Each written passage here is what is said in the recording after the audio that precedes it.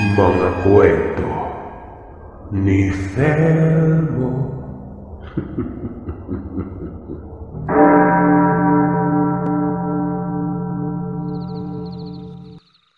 Pumasok ako sa loob ng bahay nila. Ang ganda ng loob. Naiisip ko na maswerte itong si Hiraya. Aswang yan, tapos kinukup na mag-asawang may kaya sa buhay. Sa tingin ko ay mababait din ang mga ito. Makikita naman sa kung paano umasal si Hiraya. Inabutan niya ako ng ibang damit. Panglalaki ito at sa palagay ko ay galing sa kanyang ama. Kako naman na yung damit ko na lang pero ngumiti siya at sinabing sa kanya na lamang daw yon. Kahit papano ay may bagay siyang galing sa akin. Isa pa, gamit daw nito ay masusubaybayan niya ako kahit nasa malayo. Hindi na ako nagreklamo. Napagtanto ko at kumpirmadong may gusto nga sa akin ito. Pogi ko doon. Ayon pa kay Hiraya, kung gusto ko daw doon na lang daw ako magpalipas ng umaga. Doon daw sa silid niya matulog. Alam niyo, gustong gusto ko yung mga sinabi niyang yon, na para bang biglang hinatak ang sikmura ko at nanlamig ako. Iba na kasing tumatakbo sa isipan ko noon. Pero mas pinili kong umuwi noon. Lampas 12:00 na pagtingin ko sa orasan. Malilintikan talaga ako kay Kuya Anton. Iba pa naman magalit yon. Nung nagpaalam na ako, hindi naman ako pinigilan. Hinatid ako ni Hiraya sa may kalsada. May kakilala pala ito doon na driver ng habal. Pero nagtataka ako. Kasi nga, nang bumungad kami sa bahay ng habal driver at lumabas ito, nakatulala lang. Para bang wala sa isip yon. Isang pakiusap lang ay pumayag ito na ihatid ako hanggang amin. Hindi yun nagsalita. Napakatahimik niya hanggang sa nakarating ako sa may merkado. Walang sabi-sabing umalis yung habal. Napapatanong ako sa sarili, ano kayang nangyari doon? Para kasing nahipnotismo. Hindi nga ako hiningian ng pamasahe noon. Magpaganon pa man ay nagpasalamat pa rin ako kahit wala itong pagtugon. Bukas na ang tindahan ng pinagbilinan ko sa mga nabili ko. Maaga kasi talaga ay nagbubukas sa merkado. Takot na takot ako noon. Alam ko talaga na pagagalitan ako ni Kuya. Hindi ako nagkamali noon. Kasi silang pa lamang ng araw nang dumating ako at nakabungad kaagad ang titig ng kapatid ko sa beranda ng pagkasama-sama. Saan ba daw ako galing? Hindi daw sila mapapanatag. Hindi nakatulog si nanay at si tatay. Umabot pa sa punto na maging silang mag-ama noon ay hindi na nakatulog sa pag-aalala sa akin. Inamban ako ng kutos sa ulo, pero kaagad akong nagrason. Mahina akong sinabi ang mga nangyari noon. Kako, nakita ko ng aswang pero hindi yun yung umaaswang sa bahay. Yung babaeng nagpapakita ay isang mabait na aswang noon. Ang tiya nito ang umaaswang sa Nani Maring. Pinagpilitan ko na totoo ang lahat. Nakarating pa ako doon sa bahay ng nilipatan ng tiya noong babae, kung saan yun na nga ang kasalukuyang inaaswang at tumulong kami doon. Nainaway ng babae ang kanyang tiya at kitang-kita ko ang pagbubuno nilang dalawa. Ni minsan, hindi ako nagsinungaling sa mga kapatid ko. Kaya hindi mahirap sa akin na paniwalaan ni Kuya. Dagdag ko pa, kilala ni Mang Pidring ang aswang na dalaga noon. Sabi naman ni Kuya, mabuti ka mo at walang nangyari sa akin. Sabi ko naman, dahil din ito sa dalaga. Sinabi ko sa kanya ang pangalan, tapos ay sinabi ko din na posibleng bumalik ito. Ayon naman sa kapatid ko, nakabuno tapos walang nangyari at babalik sa amin. Hindi ba daw napatay ang aswang na yon? Kinuwento ko naman na makunat pa sa balat ng kalabaw ang balat nila. Oo, at kitang-kita ko ang pag-aaway na parang magpapatayan pero walang nasugatan. Kung sa bagay, mga aswang yan eh. Pero imposibleng hindi nakasugat o nakapinsala yun. Baka madali lang gumaling yung mga sugat. Hayaan mo, kapag nagpakita yung tiyan ng, ano bang pangalan nun, Hiraya? Kapag tinamaan ng bala ko yun, ako, patay yun. Hindi naman talaga ako nababahala kahit pa man babalik yun. Gaya ng sinabi ko, naroroon si kuya at maraming alam ito sa mga aswang. Maraming araw ang lumipas. Namiss ko si Hiraya. Para bang gusto ko siya makita. Hindi ko alam kung bakit ako hindi mapakali nun. Kating-kati ang mga paa ko at tila gustong gumala. Nanghinaya nga ako eh. Pwede naman pala ako magrason sa kuya ko tapos umuwi pa talaga ako nung inaya ko ni Hiraya na doon na matulog sa kanila. Sayang talaga. Nag-iisip na ako noong bisitahin siya. Pero noong plano ko nang puntahan kinabukasan si Hiraya, nagpakita ito sa akin bigla. Tanghali yun.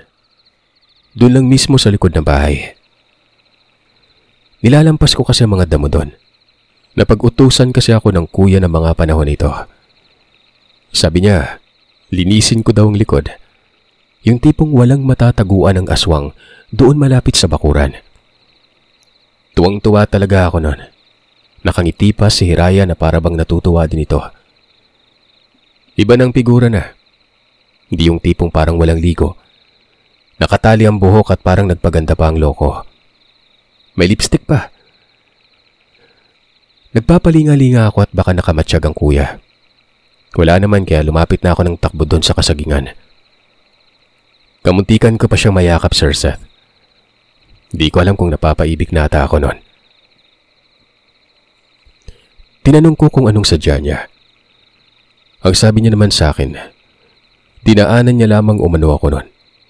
Kinakamusta kasi nga nawawala ang kanyang tiya. Hindi niya ito masubaybayan. Hindi niya na rin nakikita umano sa kung saan yun nakatira. Natatakot siya gawa ng naramdaman niyang may isinasagawa itong plano. May marka daw kasi ang tiya niya na galing kay Hiraya. Kaya alam niya ang mga kinikilos nito. Isang linggo din daw yung nagpapalakas tapos ramdam niyang para bang may pinaghahandaang patayin. Itong mga dagit daw kasi, Sir Seth, kapag nagpapalakas, may isinasagawa itong ritual. Parang mga mangkukulam. Naliligo ng dugo ng kung ano. Kahit anong dugo yun. Tapos hindi yun nagbabanlaw ng katawan. Nakadikit lamang ang dugo sa katawan ng mahabang oras. Nagbibilad sa sikat ng buwan. Tapos ang ipanghuhugas na sa katawan, yun ang langis na gawa din ng isang dagit. Ang magiging kalalabasan kapag natapos, mas mabilis, mas mabagsik, malakas ang pakiramdam, at kayang maglika ng matinding katakutan. Hindi naman kalakasan ng dagit o kubot. Hindi din ito katulad ng lahing gabunan. Pero kung pautakan umano ang laban, gaya nitong pumatay ng mas malakas na aswang. Kapag ito na daw ang nagpalakas sa katawan, yung mga inaaswang nitong tao, papatayin talaga. Hindi na uunti-untiin pa. Kinabahan ako sa sinabi ni Hiraya. Napakaseryoso niya. Naniniwala ako sa kanya dahil siya naman ang may malawak na saklaw sa mga bagay na ito. Kako, anong gagawin namin? Sabi niya naman, kalmahan lamang umano ang sarili. Siya na umano ang bahalang magbigay babala. Isipin ko na lang umano na may gwardiya sa paligid ng bahay namin. Wala siyang oras na palalampasin sa pagbabantay dito. Sabi ko sa kanya, kasama ko sa bahay ang kuya ko na dating isang kafko. Malawak din ang kaalaman nito sa mga aswang at baka maaktuhan siya ng kapatid ko. Alam umano ni Hiraya yon. At dagdag pa niya, nagpapasalamat ito na naroroon ang kapatid ko. Sabihan mo yung kuya mo na nasa paligid lang ako. Katulong niyo ako at gagawin ko ang lahat para mailigtas yung pamilya niyo. Alam kong naguguluhan ka. Gusto ko mapanatag ka. Gawin mo yung mga sinasabi ko. Tumango ako sa sinabi ni Hiraya. Yun ang ginawa ko. Ipinagpaalam ko sa kapatid ko. Wala naman siyang negatibong reaksyon maliban na lamang sa pagpapasalamat noon. Magpaganon pa man ay hindi pa rin ako naging kumpiyansa. Mabigat ang sitwasyon at walang kasiguraduhan ng lahat. Kaya naisip ko noon na puntahan si Mang Pidring. Sobra akong namangha. Parang mas may alam pa siya kumpara sa akin noon. At yun, kilala niya talaga si Hiraya. Pagkatiwalaan ko lamang daw ito. Pero tutulong din siya para kahit papano ay maselyahan umano ang mga isipan namin. Itong si Hiraya pala, Sir Seth. 2 buwan itong napasa kamay ni Mang Pidring nung bata pa. Siya yung nagbantay dito dahil nga pinasuri ito ng mga kumupkup na magulang. Nalaman ni Mang Pidring na likas na mabait itong si Hiraya. At talagang walang bahid ng kasamaan maliban na lamang kapag sinubukan mo. Nung banggitin ko nga daw sa kanya na may babae akong nakikita sa likod nun. Malakas ang kutob niyang si Hiraya yon. At alam niyang iba ang umaaswang sa amin. Itinago niya lang daw ito dahil baka mag-iba ang ihip ng hangin sa mga pagkakataong yon. Hinahayaan niyang kumilos si Hiraya. Pero hindi talaga maiiwasan na makapalya ito sa pagbabantay, lalo na't may sarili ding mga ginagawa sa buhay.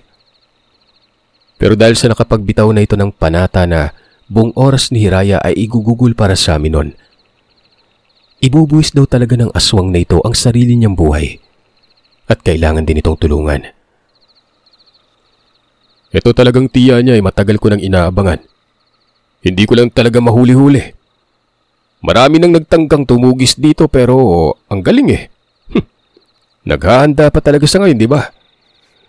Pero titingnan natin dahil kasama natin si Hiraya. Kung naghanda ang tiya niya, asahan mo na ding naghanda din itong si Hiraya. Hindi magpapatalo yon. Ayun na nga. At kailangan lang talagang pondihin itong tiya ni Hiraya na si Aldoma. Pagkatapos noon ay wala nang panganib pa. Ito lang naman ang problema.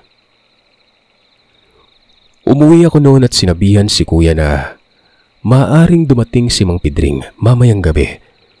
Si Hiraya naman ay nariyan lang sa paligid. Nakita pala ito ni kuya. Nagkatitigan lamang sila pero hindi naman lumapit ang Kuya Anton ko. Mabilis din daw naglaho yon. Paglingay ng araw, sinisipat ko ang paligid. Tinitiyak kong bago magdilim, makikita ko si Hiraya. Napadaan yun at nakita ko siya kahit malayo. Naawa ako kahit papano, kasi nga alam ko namang abala lamang ito para kay Hiraya. Isipin niyo, ganun ang malasakit niya sa amin. Siguro nga ay totoo ang hinala ko na bukod sa malasakit na yon, may gusto din ito. Kinagabihan, dumalaw lamang ng saglit si Mang Pidring nang malibot ang lugar at wala siyang napansing banta. Umuwi din kaagad ang matandang yon. Yun lamang umano ang gagawin niya, ang pagkonsulta. Total ay naroroon naman daw si Hiraya. Marami pang araw ang lumipas hanggang sa isang hapon. Habang nagpapakain ako noon ng mga itik, pansin kong tila ba may umuungol sa may liblib banda na para bang taong hindi ko alam kung naghihingalo o dumudumi doon. Nakiramdam lamang ako hanggang sa nagsisisigaw itong si Kuya Anton. Wala umanong malay si nanay. Nagkumahog akong lumapit at nasilayan kung nasa sala sila. Pinapaypayan ni Kuya ang nanay. Ang sabi ng Kuya, bigla na lamang daw itong umungol At paglapit niya, nakaangat ang kamay na waribay na mimilipit sa sakit nun. Napapamura ako nun. Baka inatake ito. Pinakiramdaman ko ang pulso at dibdib pero humihinga pa naman. Inutusan noon ni Kuya Anton ang panganay niyang anak na puntahan si Mang Pidring. Sabi ko naman, dalhin na lamang namin sa ospital. Bakit pa idadaan kay Mang Pidring noon? Ayon naman sa kuya ko, may matanda daw na nakasalubong siya kanina. Galing ito sa amin.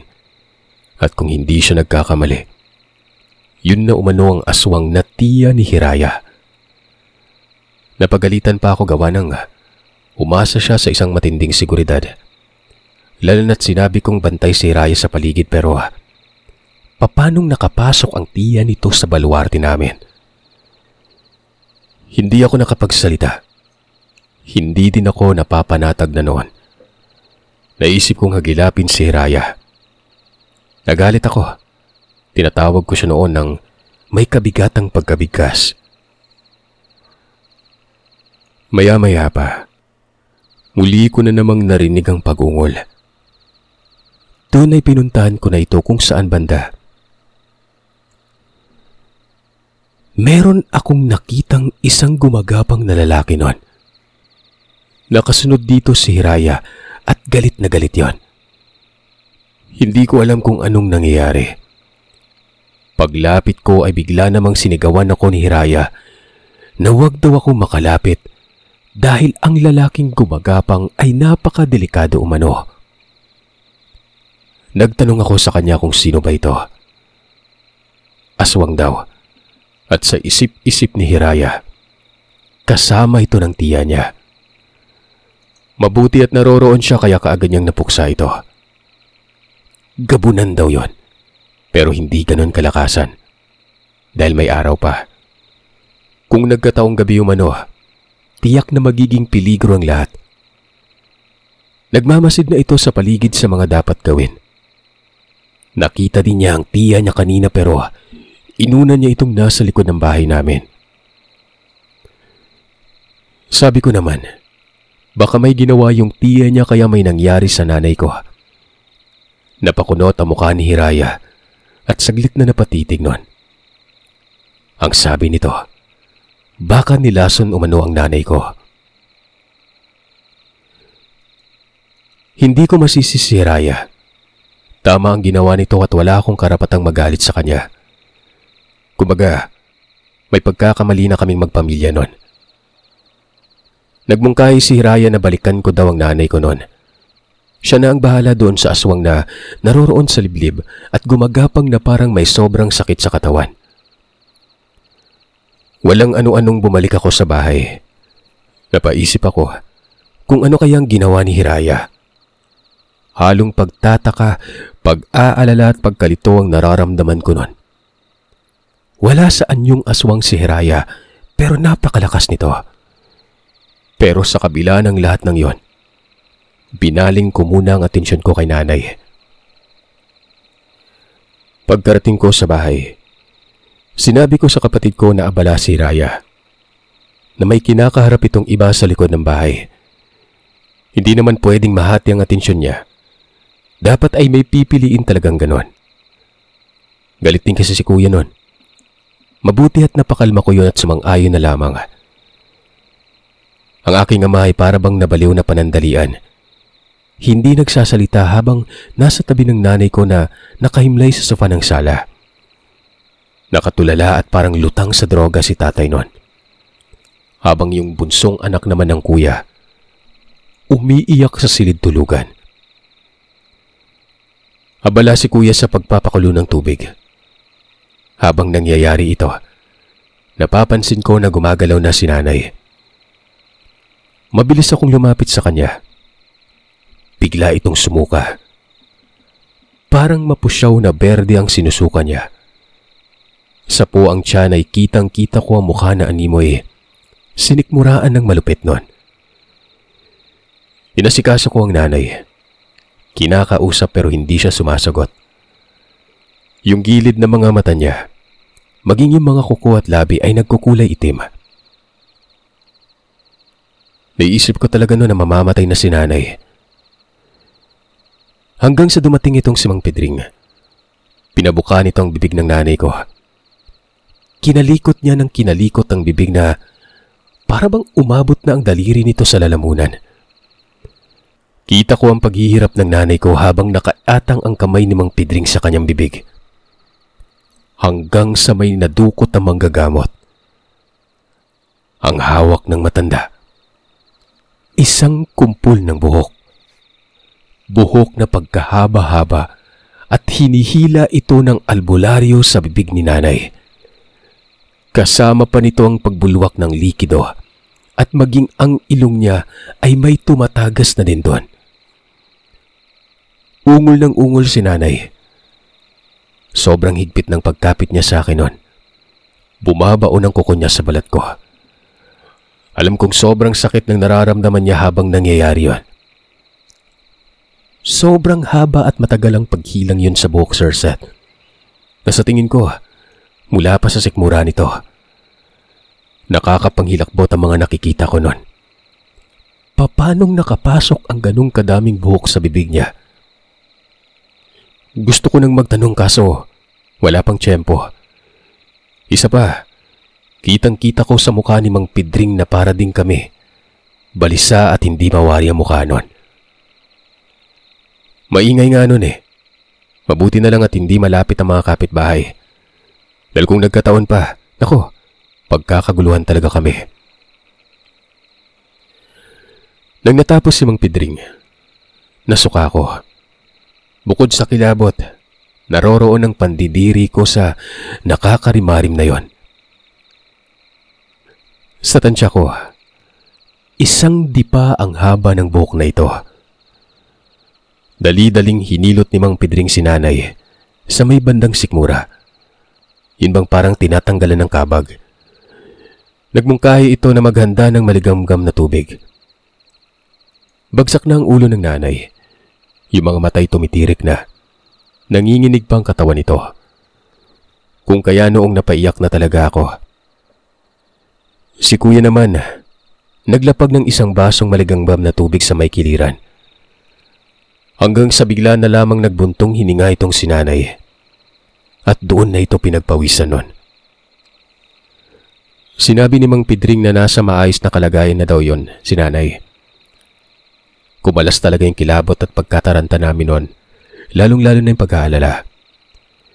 Niyakap ko si nanay. Narinig ko ang mahinang boses niya. At ang sabi nito, may babae umanong biglang sumilip sa bintana. Matandang babae. At hindi niya na umano alam ang sunod na nangyari. Bigla na lang umanong nagdilim ang paningin niya. Ayon kay Mang Pedring, lumukob daw ang sandamakmak na buhok sa mukha ng nanay. Buhok ng dagit ito.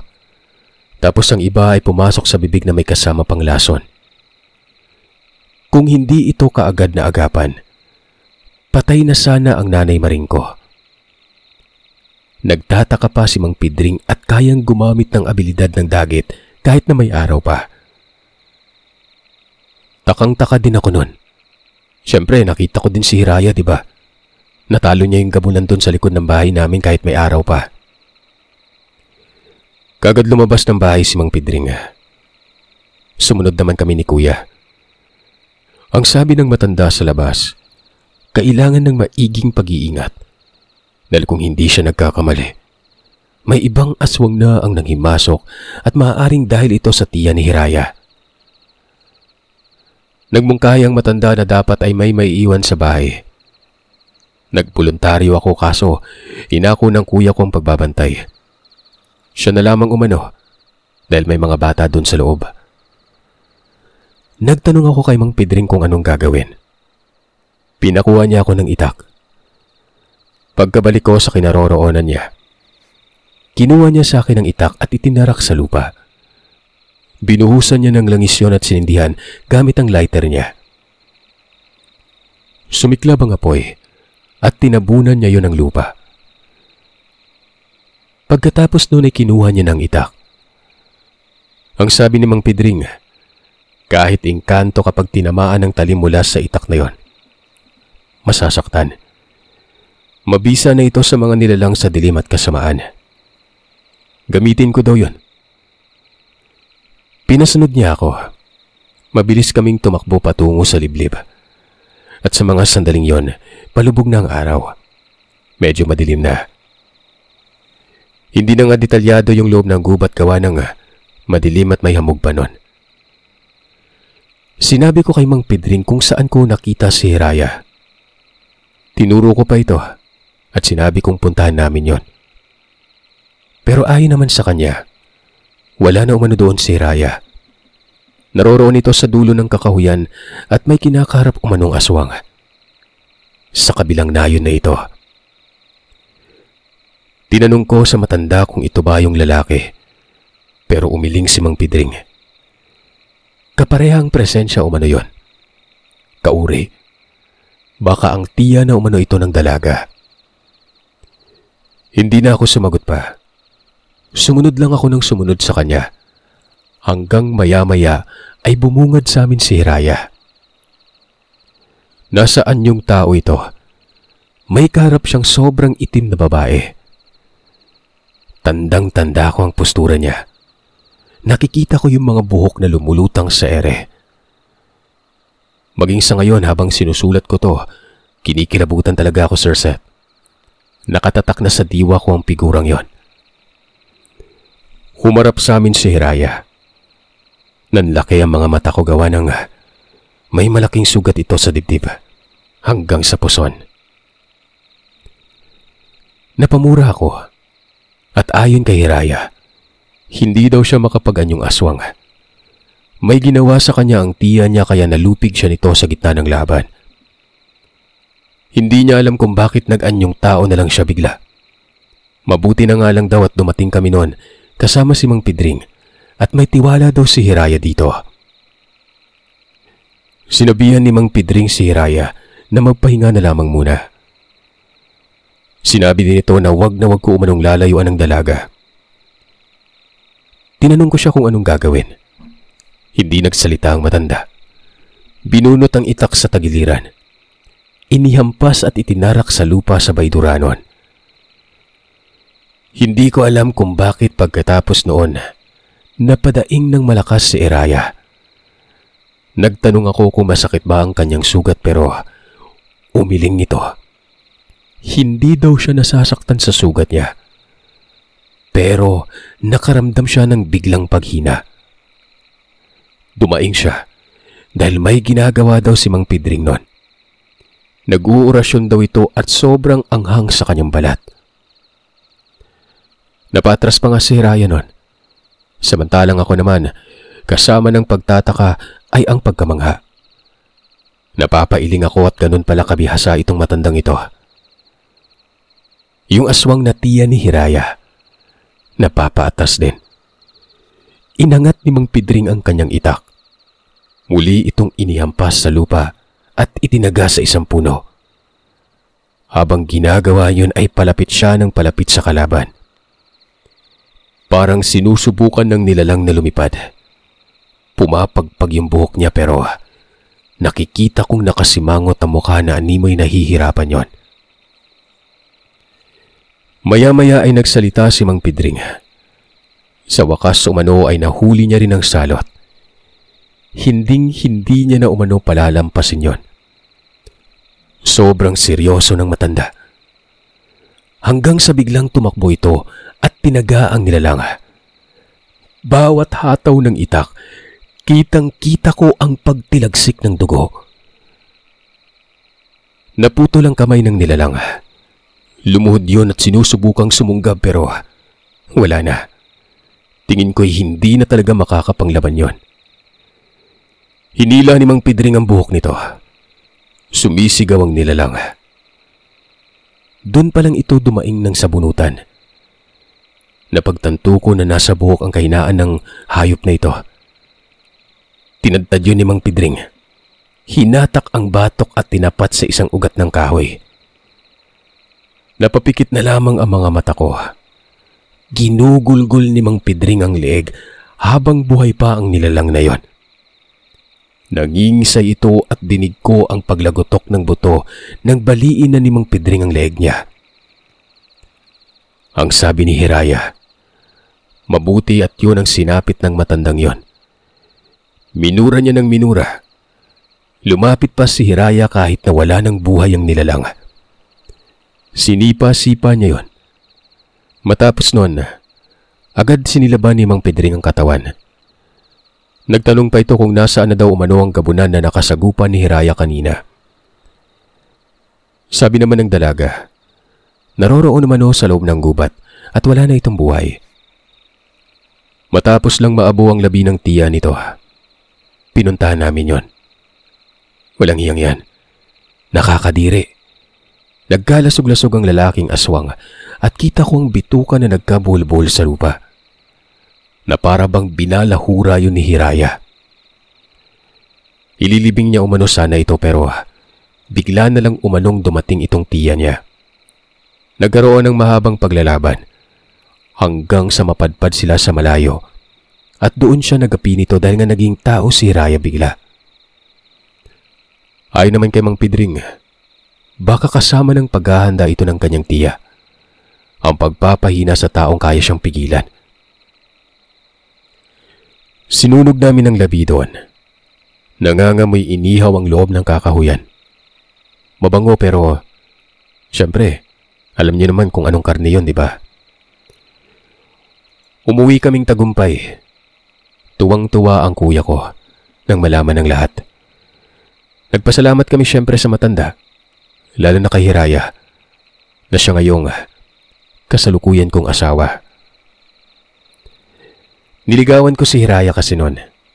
Ligaw na karaniwan at ipinadama ko sa kanya na isa siyang tao. Kahit alam ko naman na hindi. Hanggang sa naging kami. Tumagal ang relasyon namin yon. Wala namang pagtutol sa mga kapatid ko at magulang.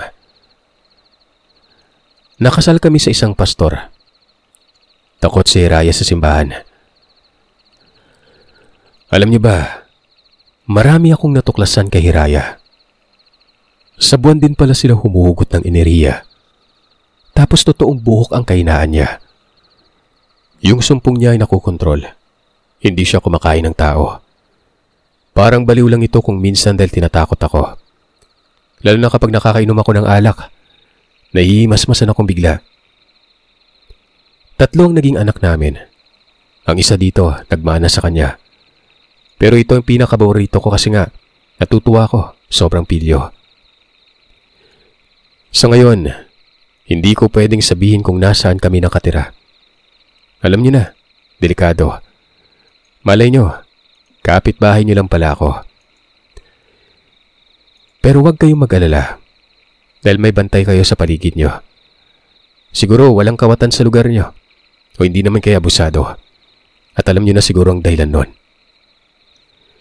May ilang patay nang natatagpuan sa amin.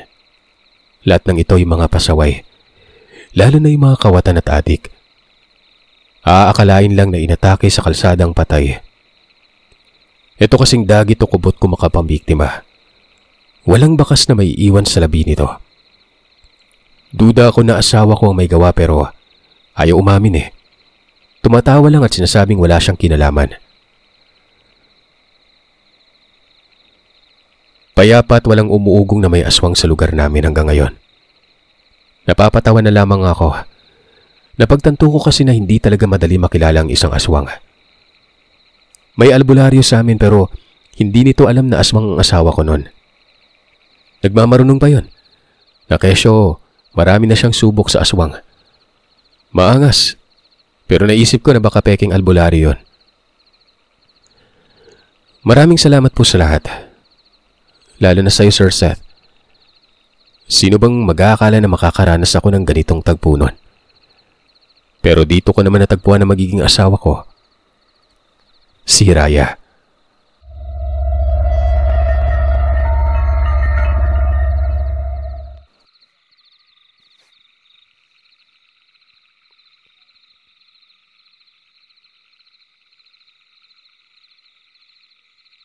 Hello mga kagiliw.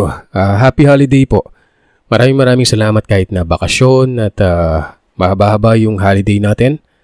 Mula Christmas hanggang New Year, patuloy pa rin po kayo sa pakikinig. Badako naman tayo sa shoutout request.